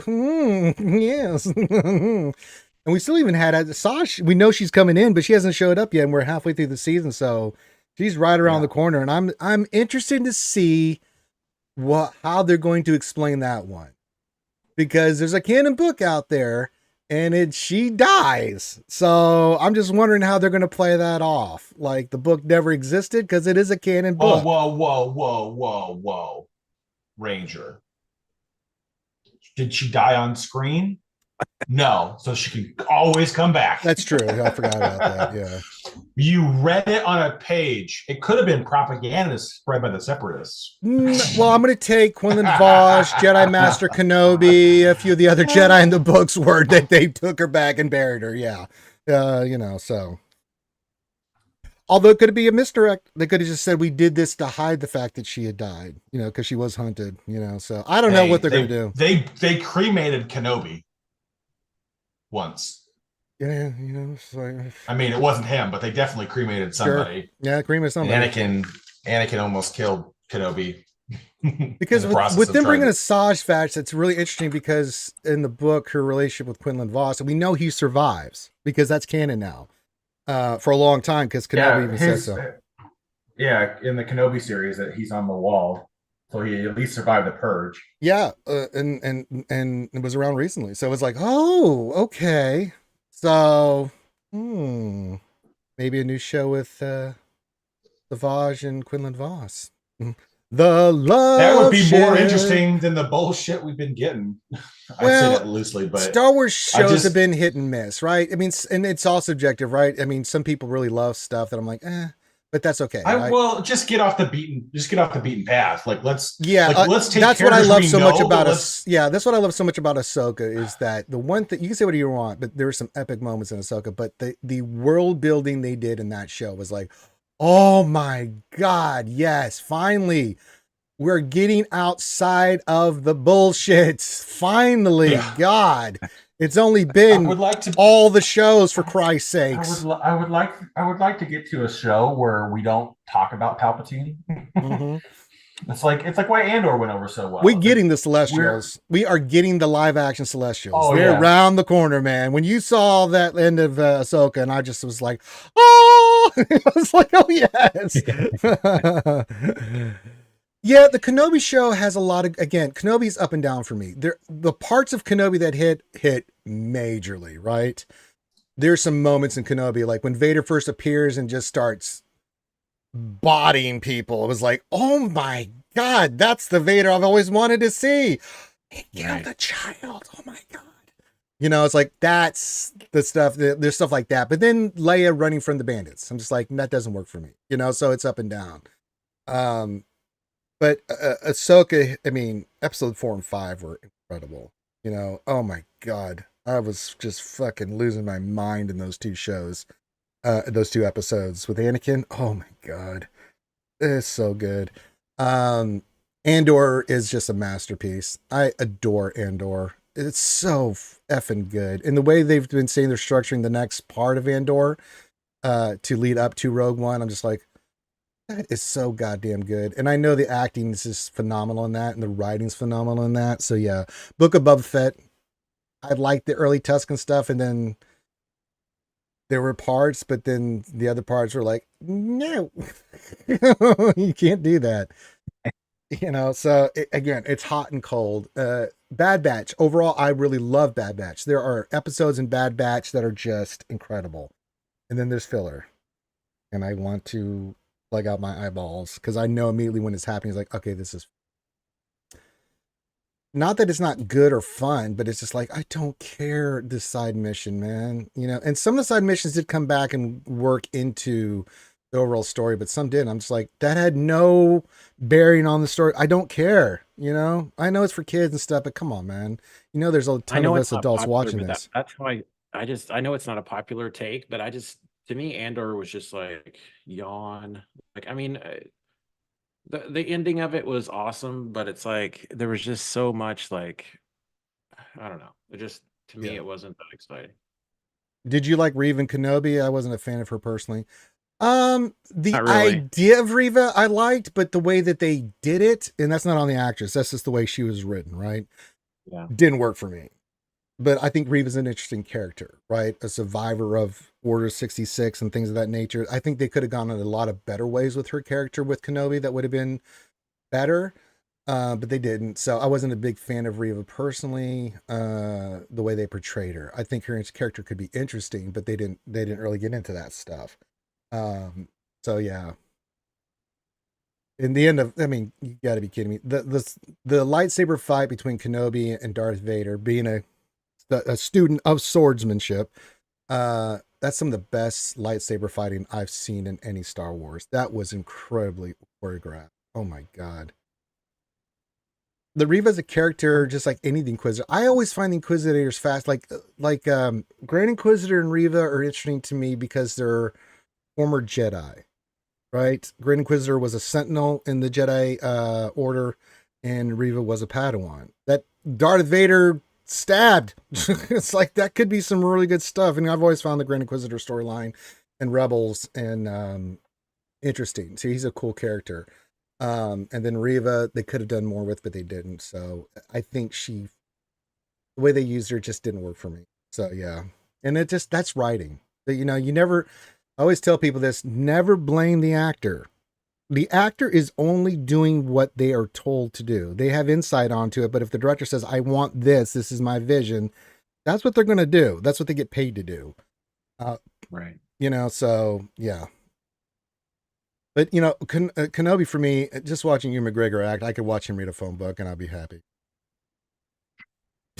What do you want me to tell you? I mean, I just had my picture taken with him and Hayden Christensen. That's my boy. That's my boy, Blue. Boy. So yeah, again, that's why I think Andor is my favorite of all the Star Wars shows. That is such a great show, so well written, so well acted. There are 2 speeches in there, the 2 best, well, 3. The one with what's his name in the prisons when he does with his thing, chills. When Luthien does his speech, chills.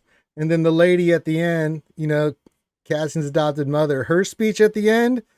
Oh my god. So what was so like the acting, the storyline, what was so exciting about it to you? Like it's raw, man. It gets into the grit and the pain and what has to be sacrificed and just the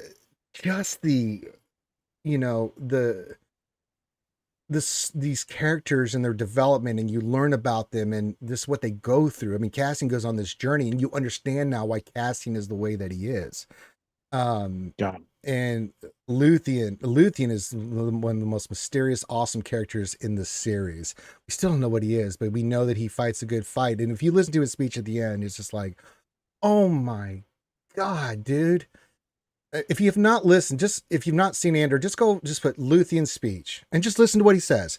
You don't even have to see the whole series, and you'll listen to what he says and know exactly what he's talking about. And you just, if it doesn't move you, then I don't know what to tell you, right? It's just so good, man. And they don't hold anything back. It is brutal. It is dark. It is brutal. It shows the Empire and how just sinister they are. You know, non-emotional, just the way they go about their things.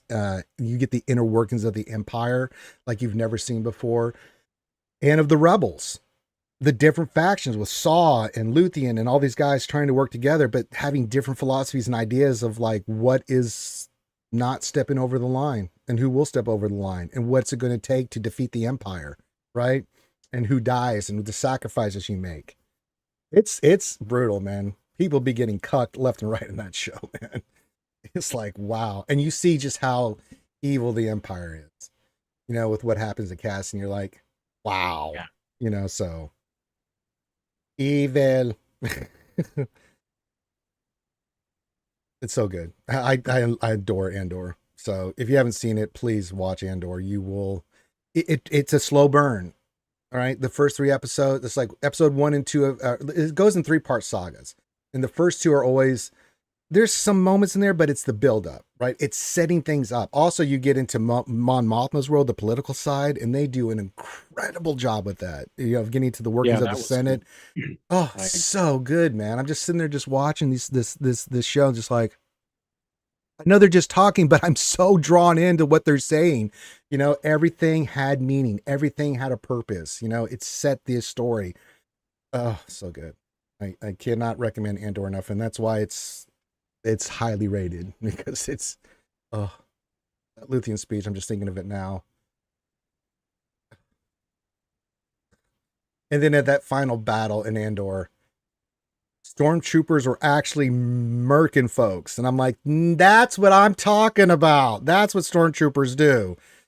You know, total slaughter, total slaughter. I was like, hell yeah, baby, let's go. Depressed Wampa, just let it get through it. It's a lot of building, but it pays off. Every 3rd episode, you're just like, oh my God. You know, you're just sitting there. The first 2, it's such good writing. They set up all this stuff. And then that 3rd episode hits and you're just like, oh, you know, it's worth it. It's a slow burn. It's like jab, jab, haymaker. And you're just like, wow. And then you want to watch the next 3, and then it's slow, but you're getting all this good character stuff and moments, and it's setting up all that. They do a lot of tremendous character development, even for characters that die. You're just like, and it just makes the impact of their death even worse, because you're just like, oh, I really like that person. Damn, they got shot in the face. Damn it. Kai says, question, what are your guys' projects in SWGOH right now? I'm going to do Plo Coons. I have the negotiate counter to the triple tacker executor. Plo's always good. I'm working on Gungans. Now I'm not Karth, and I'm sure Stark, you're not Karth, where you have Relic 8 on both of them right now. Because that's Karth. 0%. Yeah, I'm 5-star on Boss and Captain Tarple right now. And I'm doing like I always do. I'll wait till they come out shipments. Boss just came out in the shipments. I'll take him to 6 stars and wait to see where he's going to go free to play. Because if he's a Cantina farm, I don't want to go too hard on the shipments, right? So yeah, I'll do that. And that's why I'm saving all my crystals is for that. So yeah. So I'm working on Gungans, getting ready for Gungans, and I'm going to work on Kenobi and stuff, and Pat and Queen Amidala, and get that ready, because those are characters for the raid and stuff coming up. Stark, what are you working on?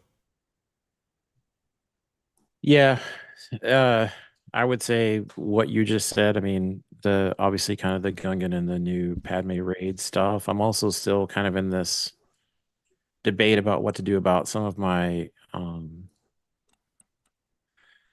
pilots, and do I want a relic pad or maybe just move Levy to offense like we were talking about. And then I've got kind of a backlog of really strong characters that I have left at like lower relic levels. Like I still have Maul at relic 7. I want to bump him up. I still have Darth Bane, I think, is only relic 6 right now. Yeah, I So I don't know took mine to 9. He's so yeah, I good. don't know that it necessarily matters. He's decimating people where he is, but I feel like he warrants going higher. Yeah. Even just to hey, even if I want to take him to 9, that's fine. But just at 9, man, he is just so ugly. Yeah, and I've got on the backlog just like, maybe a three squad for Jedi and getting my Gar and ISC up and running so I could do like a Maul Mandos thing, mainly for threes, like not doing all the Jawas up to relics, but just something a little bit there, just for shits and giggles, because I'm out of other characters to relic. Yeah, so my kind of strategy, Karth, we won't ask because he already has them at Relic 9. My strategy right now No. is like when I'm farming, like right now, I'm farming Gungans and stuff, right? Those are stars. Can't really do much with them. I'm not going to put any gear on them at the moment, even though I'm hoarding to make the big push when I'm ready. I have a lot of characters. Kai just mentioned that in chat. So what I'll do, like I did for the raid, I took a bunch of characters to Relic 8 and then Relic 5 I took up for the raid. I was going to take a little bit more to Relic 8, and the car's like, no, Ranger, don't do that. We just need to be more fish. And I'm like, okay, let's do a video. So I'm done with that. So when I'm working stars on characters like the Gungan faction, I'll pick a team like you just mentioned in the chat, Kyle, like Treya. Yeah, take Treya up. Relic materials separate from what I'm doing with farming stars. Those characters aren't going anywhere. So it's like, okay, stars, that gear, and then I've got relic materials. So I'll farm signal data and stuff for them and get them to the relic levels I need so I can use them in GAC or TW. So I've got kind of two things going on, but I just did that for the raid and I'm good now because I'm getting 14.2. Hopefully I can keep doing that. But yeah, all other materials, like I had a plan. So first was Bo and get that team up and running. Then Darth Bane, we hoarded and got ready for him to come out. Did all that stuff, took him to Relic 9, did all that stuff. And then it's like, okay, my plan was to go in and work on, say, some other things. I was just going to relic stuff because we had nothing to farm. But then it flipped because they announced the new raid. They announced the Gungan faction. They announced Queen Amidala. It's like, okay, switch. I can't go finish Relic 7ing my Night Sisters because I need to hoard. Because these characters are going to need Relic 8. So I'm just hoarding material for the Gungans, right? I don't need to really relic anything right now. So save signal data, get bronziums, get all that stuff. Just be ready to take these characters to Relic 8 because that's what's going to be needed for the new raid. It's just the way it is. Some things will never change. So if we ever get a break, which we won't, because once this is all said and done, this summer we're going to get a new fleet. And then in the fall, winter, we're going to get the new GL, whatever that's going to be. So that's going to be the next farm. So if I get opportunities, I will go back and relic characters to higher level. But right now, for the next couple of months, probably through summer, it's going to be the new stuff. For the guild, I'm doing it because, like, I want to contribute in the new raid. So I have to start work. I have to shift. If you're not spending and you can't spend, like I can't spend, it's like, okay, I got to be smart about my resource. Again, this is a resource management game. I have to do the pivot and go, I got to go start working on Gungans now. Because if I get behind on that farm, then, that's less time I'm going to be ready for, the harder it is for me to be ready for the raid, so it's like, okay. It's just the nature of the beast, guys. It's just the nature of the beast. What else in 3? Aren't we due for characters from Andor already? I don't think they're going to bring anytime soon. They may eventually, but I don't see that anytime on the board. Stark, Karth, I don't think Andor's characters are coming in anytime soon. Yeah. No, I don't think it's likely. If they would have done it, they would have done it already because Andor's been out for over a year now. Oh, yeah. Right? It came out in 22.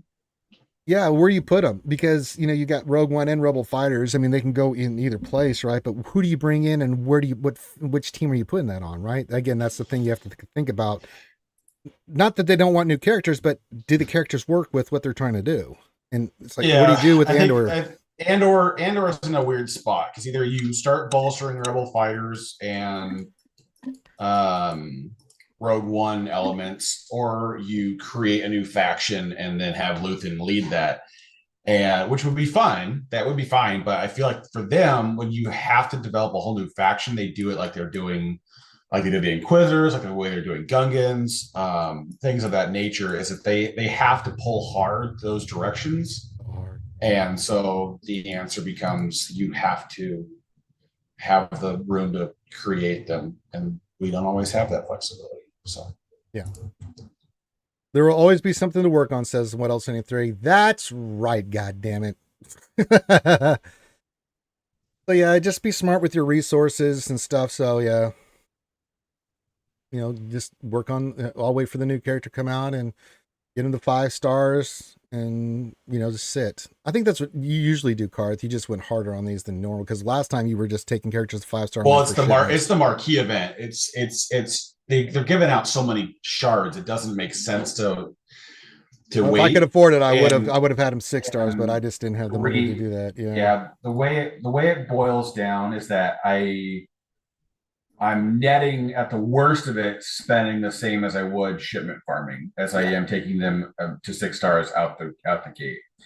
So it's like I'm not really losing anything on it, and I'm getting the characters faster. So that's the only reason I'm doing it that way. If the marquee event didn't give me like 90 free shards of boss mass, then I wouldn't. Well, it's even more than that, but you get the idea. You're getting so much for free. I mean, 100 shards to outright buy from the marquee pack is like pushing $100, right? Because you need a minimum of 12. No, it's more than that. You need like a minimum of 15 pulls. Yeah. So that's a vault's worth of crystals to get 100 shards, but you can do it for free if you're willing to spend a vault to get him to 6 stars. Yeah. Which I'm already going to be doing most of the vault anyways, getting him to 5 stars, which is what I normally do. But then you get like 30, 40 some odd shards getting up tier 5 as well. So then you just roll that into the end of it. So. And like Kaya mentioned in the chat, like there's a lot of other, you're getting some Amis, you're getting some signal data, you're getting some other stuff. Yeah. As part of it's kind of a cool new structure. I like the new structure. I hope it stays as kind of a permanent feature because it solves 2 problems in one thing. It gets players more interested in relinquishing resources early to invest, and it makes the investing easier, especially when they're going to be required factions for a brand new game event. The other part of it that it addresses is the younger accounts that are willing to spend. Yes. It's giving them resources to help them kind of catch up because you're netting like 9 Omicrons and almost 10 Zeta Mats from if you 7-star day 1. And for a lot of players, that's a huge deal because they're already going to spend the money unlocking the character anyway. So now you're rewarding the investment by giving them additional perks out of it. So I think for a lot of people, it kind of solves 2 problems at the same time.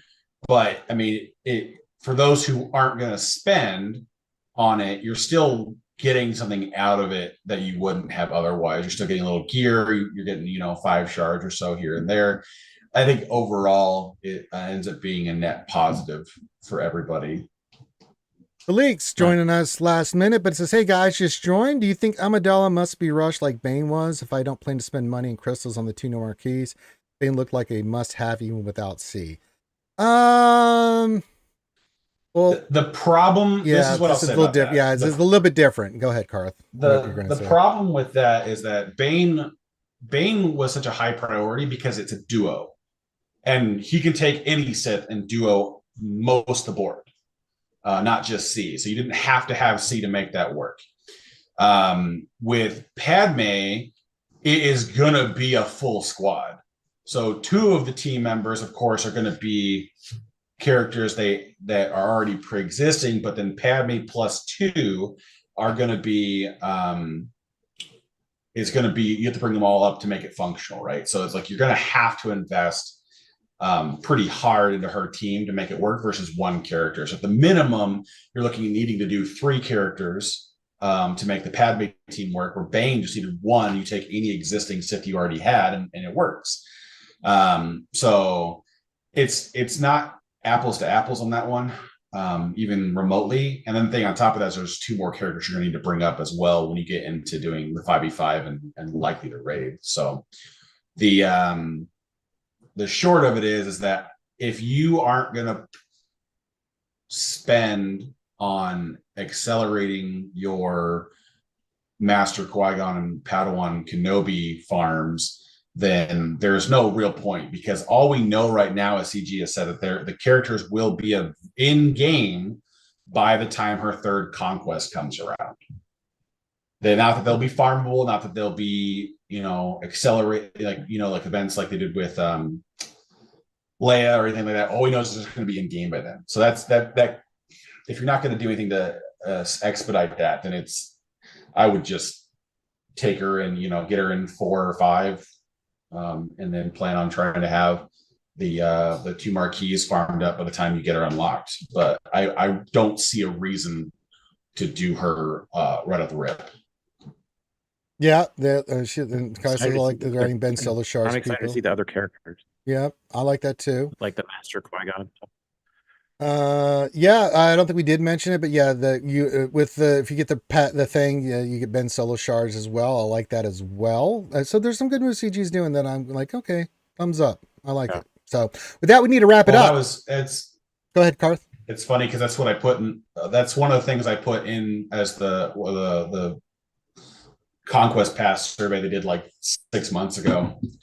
That was one of my, I probably wasn't the only one, but it was one of my suggestions. I'm like, you guys got to make the pass worth buying. And right now, the $30 pass is not worth buying for anybody who doesn't need like certain things. And so it's like, you want to incentivize the older players to get caught up, or the younger accounts to get caught up. Then you need to put stuff in it that's worth their time. And heck, adding Ben Solo shards, like rotating which character is there once a month, then I think it's good.